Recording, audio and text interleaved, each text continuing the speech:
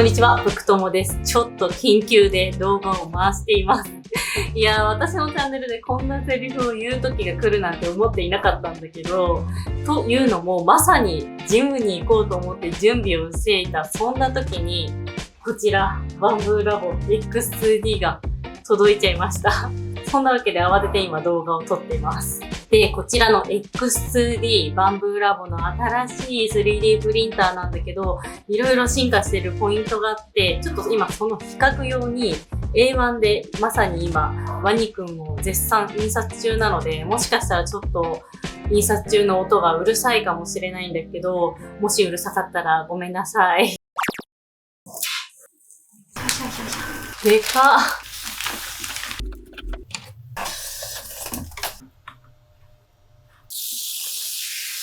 無事に完成しました。いやー、想像以上にこのタッチパネルの部分の取り付けだとか、あとは排気ファンだとか、いろんな取り付けがあって、結構 A1 の時よりもなんかより本格的な感じがしますね。というわけで早速起動します。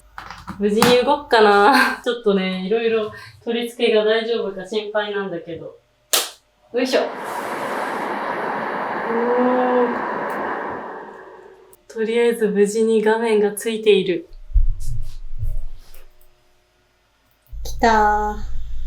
ー。なんかさ、このタッチパネルも A1 の時に比べるとかなり大きくなってるのが伝わるかな。すごい見やすくなってる。今、キャリブレーションスタートしました。とりあえず順調に動いてそうなんだけど。で、今一旦仮置きでここの床に置いてやってるんだけど、A1 の方が落ち着いたら向こうの台に置こうかなと思いつつ、ちょっと今悩んでる感じですね。とりあえず一旦これでキャリブレーションすべて終わるまで待ちます。はい、なんやかんやって別日になっちゃったんだけど、あの後無事にもろもろ設定できまして、今はアプリの方で A1 と X2D それぞれの状況が見られるようになりました。で、ここからは X2D の良さを語る前に、私がこれまで使っていた 3D プリンターについて話したいんだけど、私が使っていたのは初心者におすすめと言われている A1 シリーズというものです。A1 シリーズは A1 ミニと普通の A1 と2種類あるんだけど、特にこの A1 ミニについては3万円くらいで買えたりとかなりお得なんだけど、私はもう少し大きいものも印刷したいかなと思って A1 を購入して使っていました。ただ A1 の場合、フィラメントがむき出しだから湿度管理が大変だったりして、加湿器じゃないわ、除湿器を購入してみたりだとかいろいろ工夫してたんだけど、今回購入した X2D についてはフィラメントの部分も印刷の部分もしっかりケースに収まってて湿度管理ができるから、その辺も買ってよかったなと思ってます。ただこのフィラメントがケースに収まっているという部分については A1 でもAMS2 Pro のコンボを買えば A1 シリーズでもこのフィラメントのケースの部分は使うことができます。とはいえ A1 シリーズだと印刷する部分がむき出しになっているので、これからの季節湿度管理は必須っていうことになってます。で、印刷する部分もしっかりケースに収めて湿度管理したいってなると A1 シリーズ以外のバンブーラボで売っている 3D プリンターであれば全部このケースの中で印刷されるようになっているので、その辺はX2D 以外にもある特徴なのですが、ここからは X2D ならではの特徴について話していきたいので、早速比較用として印刷をしてみます。以前ノマドスカルプで作ったワニくんの 3D モデリングしたものを A1 と X2D それぞれで印刷してみました。この完成したそれぞれの作品を比較しながら X2D の進化ポイントについて話していきます。私が感動したポイントは3点です。まず1つ目がデュアルノズル。これについてはね、気になっている方多いんじゃないかなと思うんだけど、X2D には2つのノズルがついています。メインのノズルがワニくんの本体を印刷してくれて、補助ノズルでこの白い部分、サポート材を印刷してくれてます。そう、3D プリンターって印刷するときにこの浮いている部分についてはこうやってサポート材で補助してあげる必要があるんだけど、X2D の場合はこのサポート材を補助ノズルが担当してくれるということになってます。通常だとこうやってサポートの部分も本体と同じフィラメントを使って印刷するから剥がすのがなかなか大変なんだけど、こちらの X2D の方は別の素材を補助ノズルに割り当てることができるので、サポート for PLA というサポート専用の素材を使ってこの白い部分を印刷しています。ということでね、かなり剥がれやすさが違うらしいので早速比較してみます。まずは A1 で普通に印刷した方です。ご覧の通りなかなか剥がれにくいんですよね。やっと剥がれましたが、やっぱり断面が汚い。続いて X2D。スポンと抜けて断面もめちゃめちゃ綺麗。この差は歴然です。そんなわけで X2D の強みは補助ノズルで別の素材を印刷できるっていうところだったんだけど、実は私サポート専用のフィラメントがあることを知らなくて、1回目の印刷では補助ノズルのところに黄色の PLA フィラメントという通常のフィラメントを装着して印刷しちゃいました。このやり方だとメインのノズルでワニくんの緑色を印刷して、補助のノズルでこの黄色の部分を印刷してくれるというやり方でした。ただね、このやり方だと印刷の時間とフィラメントの消耗をかなり節約できたんですよ。これどういうことかというと、3D プリンターって下からこうガーッと積層っていってどんどん積み重ねて印刷をしていくんだけど、この色の切り替わり、緑から黄色へ切り替わるときにノズルの中のフィラメント、緑色のフィラメントを全部出して次の色、黄色をしっかり出した状態でまた次に印刷するんですね。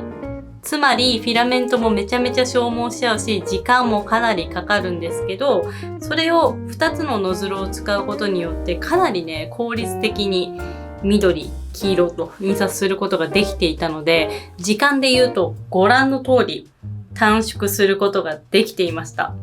なかなかの違いですよね。ただこのやり方合ってるのかなと思って自信がなかったので、バンブーラボのサポートの方に問い合わせてみたんですけど、やっぱり認識の通り補助ノズルは基本的にサポート材だとか、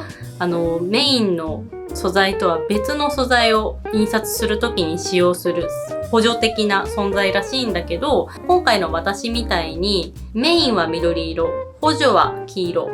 要は2色分けて印刷するっていうやり方はやっぱり時間とかフィラメントの節約になるみたいで、全然そのやり方もありという回答をいただきました。そんなわけでややこしい話にはなっちゃうんだけど、2色以内の印刷であればメインノズルと補助ノズル色を分けて印刷することもやり方としてはありです。ただね、フィラメントの剥がれやすさというものは全然なくなるので、ご覧の通り裏の部分汚くなるし、ちゃんと削ったりしなきゃいけなくなるなという、せっかくの X2D の良さが活かせないという部分はあるので、これについては工夫次第というか、印刷するものに依存するなというところです。はい、デュアルノズルの話がちょっと長くなっちゃったんですが、続いて2つ目、吸気口ですね。X2D には吸気口が2つあります。印刷の時押し出されたばかりのフィラメントってまだ柔らかくて歪んでしまいがちなんだけど、吸気口からの空気でしっかり冷却することによって歪んじゃう前にしっかり固めてくれるということで、かなりね、印刷の完成度が上がってます。今回は A1 で印刷したものも X2D で印刷したものもいずれも 0.4mm のノズルを使って印刷したんだけど、A1 で印刷した方はこの黄色の鱗の部分がちょっと見えづらいかもしれないんだけど、糸を引いちゃってるんですよね。それに対して X2D で印刷した方は全くそれがなかったので、このね、印刷の完成度には感動です。最後に AI カメラが 3D プリンターを見守ってくれるというところです。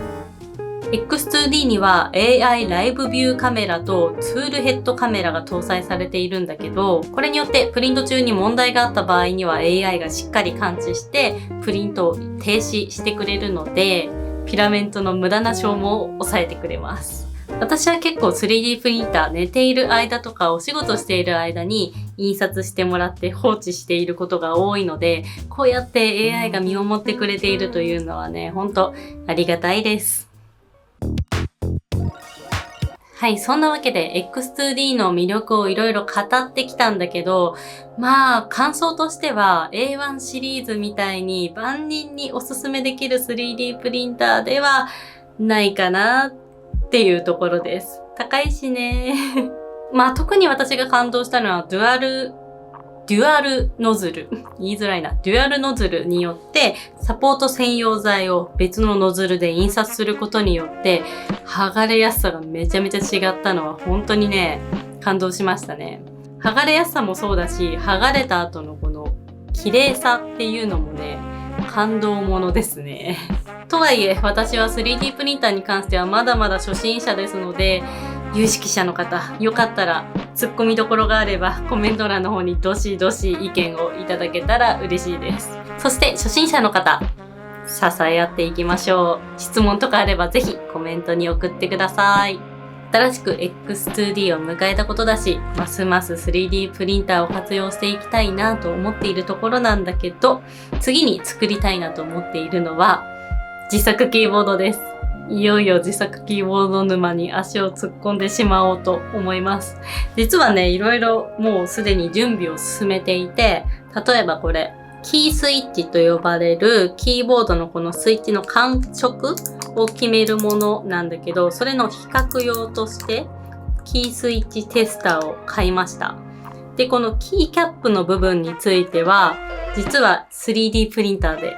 印刷してはめてます。どれがいいかなっていうのをね、カチカチ押して比較してたりするんだけど、そんなわけでね、次はおそらく自作キーボードの動画になるかなと